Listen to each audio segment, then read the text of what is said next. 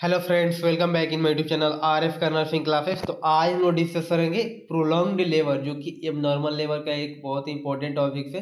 तो सबसे पहले अगर आप मेरे चैनल पर नए हैं तो प्लीज़ मेरे चैनल को सब्सक्राइब कर दे, वीडियो को लाइक कर दे और जो बेल आइकन है उसको प्रेस कर दे, जिससे मैं जो भी नेक्स्ट वीडियो अपलोड करूँ उसका नोटिफिकेशन सबसे पहले आपको मिल सके। तो स्टार्ट करते आज से क्लासेस विदाउट डिले।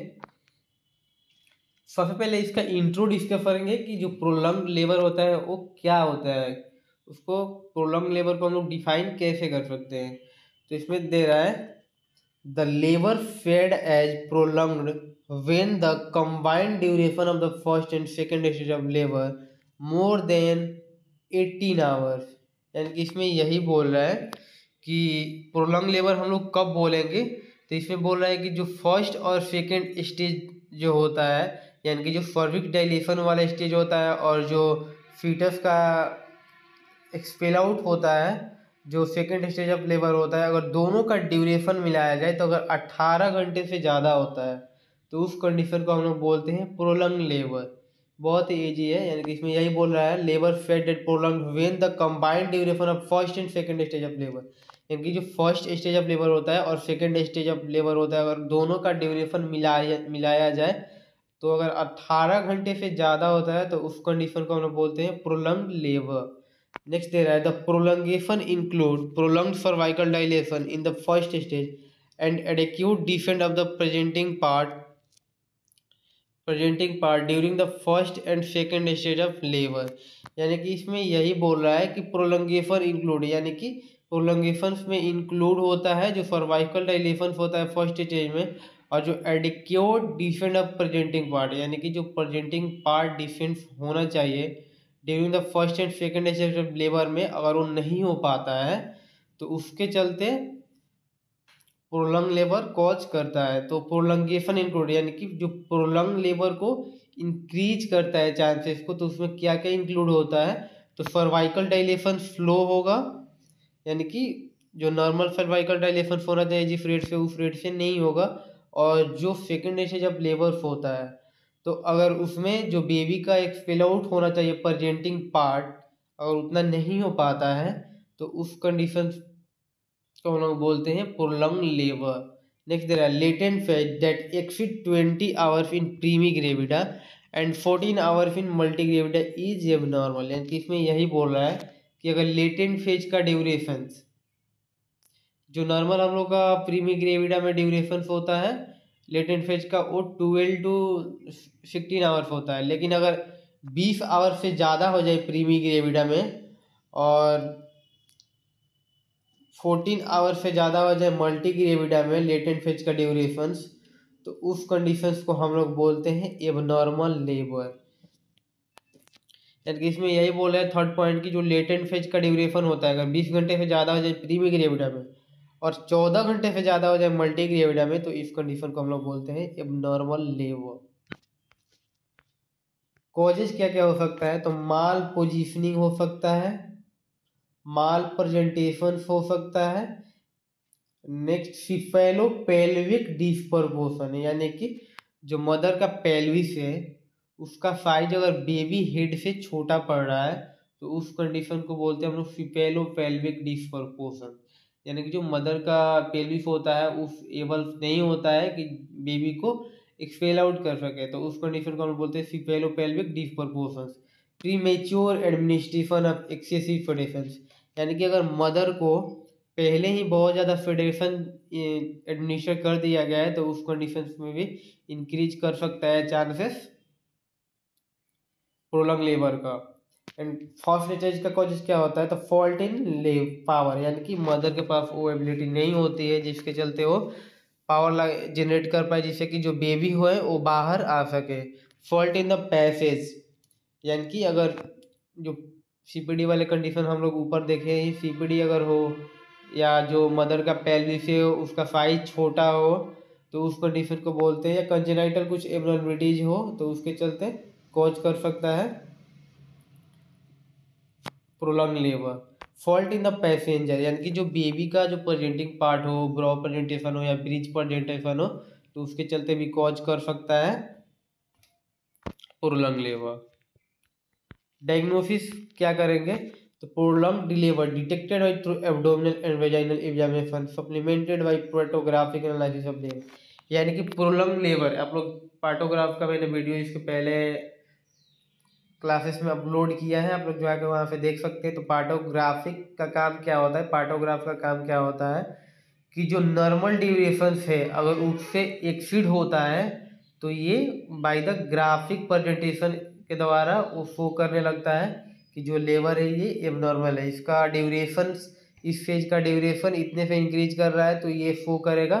पार्टोग्राफिक एनालिसिस के द्वारा सारा कुछ बताएगा पार्टोग्राफ की लेबर जो है एबनॉर्मल की तरफ एक्सटेंड हो रहा है। यूएसजी करेंगे तो उससे पता लग सकता है।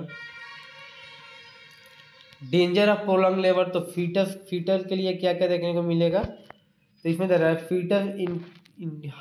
Fitter high during the combine effect, यानी कि इसमें यही बोल रहा है कि जो फीटस है उसको क्या क्या देखने को मिल सकता है। तो हाइपोक्सिया, यानी कि उसको ऑक्सीजन एडिक्यूट अमाउंट में नहीं मिल पाएगा। इंट्रायूटेराइन इन्फेक्शन, यानी कि इंट्रायूटेराइन इन्फेक्शन भी उसको हो सकता है, क्योंकि अगर प्रोलॉन्ग लेबर्स होगा तो बहुत सारे एब्नॉर्मलिटी आएगा जिसके चलते इन्फेक्शन कॉज कर सकता है। इंट्राक्रेनियल स्टेशन हेमरेज, यानी कि उसका जब मदर का जो पेल्विस है अगर वो एक्सपेल आउट नहीं कर पाती है तो उसका जो हेड होगा वहाँ पे हेमरेज या स्ट्रेस देखने को मिल सकता है। फ्लोइंग स्टेज, यानी कि जब बेबी पेरिनियम में ही रहता है तो ये सब ऊपर जितने भी ये सब पढ़े हम लोग ये शो करता है। हाइपोक्सिया, इंट्रायूटेराइन इन्फेक्शन या इंट्राक्रेनियल स्टेशन एंड हेमरेज, ये सारा जब पेरिनियम में ही होता है बेबी तब शो करता है। मैटरनल, यानी कि मदर में क्या क्या देखने को मिल सकता है, there is increase incidence of maternal distress, जैसे कि पीपीएच देखने को मिल सकता है। Trauma of the genital tract, यानी कि जेनाइटल ट्रैक में ट्रॉमा भी देखने को मिल सकता है। परप्यूरल सेप्सिस भी मिल सकता है, यानी कि after birth of the baby उसको इन्फेक्शन देखने को मिल सकता है, क्योंकि प्रोलॉन्ग लेबर्स में बहुत सारे एब्नॉर्मलिटी जो होती है जिसके चलते कॉज कर सकता है परप्यूरल सेप्सिस। सब इन्वोल्यूशन मीन्स होता है कि जो after birth of the baby जो मदर का यूट्रस होता है वो अगर नॉर्मल साइज में एक्सटेंड नहीं हो पाता है तो उसी कंडीशन को हम लोग बोलते हैं सब इन्वोल्यूशन। तो मदर्स में ये कंडीशन देखने को मिल सकता है। मैनेजमेंट क्या कर सकते हैं, तो मैनेजमेंट इसका हम लोग शॉर्ट में ही पढ़ेंगे। When progress is slow attempt for be made determine the cause of management, यानी कि इसमें यही बोल रहा है फर्स्ट पॉइंट कि मैनेजमेंट डिसाइड करने से पहले सबसे पहले हम लोग कॉज को आइडेंटिफाई करेंगे और उसके अकॉर्डिंग हम लोग मैनेजमेंट को देंगे मदर को।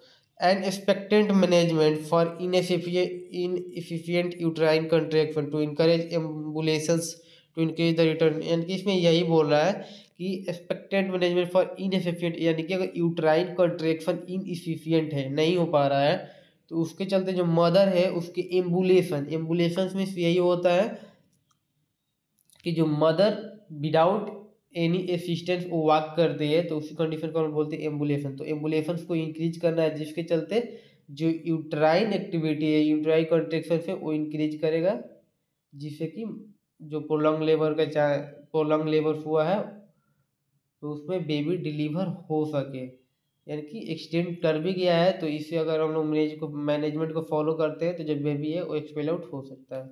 Upright position for the labouring mother improve the application of the presenting part on to the cervix, यानी कि इसमें यही बोल रहा है कि जो पोजीशनिंग है मदर का वो upright position for the labouring mother, यानी कि उसका अपराइट पोजीशन करते रहना जिससे कि जो मदर से उसको रिलीफ मिलेगा और जो प्रोलॉन्ग लेबर वाले चांसेस हो चुका है उसमें भी जो बेबी है वो बाहर आ सकते हैं, यानी कि उसको मेनली यही थर्ड पॉइंट बोल रहा है कि जो मदर का पोजीशन है वो करेक्ट पोजीशन देना है। When poor progress of labour due to hypotonic means होता है कि जो यूट्रस होता है वो अगर कंट्रैक्ट नहीं हो पाता है तो उसको बोलते हैं हम लोग हाइपोटोनिक, यानी कि जो यूट्रस का टोन है वो डिक्रीज कर जाता है।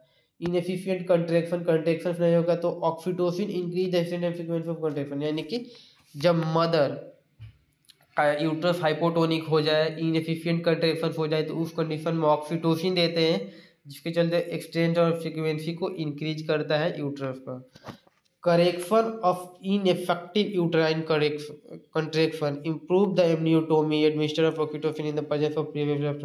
देखिए इसमें यही बोल रहा है कि उसमें यूट्राइन कंट्रेक्शन को इम्प्रूव करने के लिए हम लोग एमनियोटोमी कर सकते हैं। एमनियोटोमी करेंगे या उसको ऑक्सीटोसिन हम लोग देंगे तो जो भी प्रोलॉन्ग लेबर वाले चांसेस हुआ है उसमें बेबी का डिलीवर हो जाएगी। टाइम इंक्रीज भी कर गया है, लेकिन बेबी को बर्थ कराने के लिए हम लोग एमनियोटोमी कर सकते हैं और ऑक्सीटोसिन को एडमिनिस्टर कर सकते हैं, जिसके द्वारा जो यूट्राइन कंट्रेक्शन है वो इंक्रीज कर जाए और बेबी का बर्थ इजीली हो पाए। ये था हम लोग का मैनेजमेंट।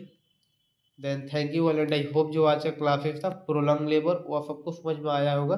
तो अगर मेरा वीडियो अच्छा लगा हो तो प्लीज़ मेरे चैनल को सब्सक्राइब कर दे, वीडियो को लाइक कर दे और जो बेल आइकन है उसको प्रेस कर दे, जिसमें जो भी नेक्स्ट वीडियो अपलोड करूँ उसका नोटिफिकेशन सबसे पहले आपको मिल सके। और आपको अगर किसी भी टॉपिक पे वीडियो चाहिए तो आप कमेंट बॉक्स में कमेंट करिए, आई विल ट्राई कुछ टॉपिक पे वीडियो अपलोड करूँ। Then thank you for watching my video.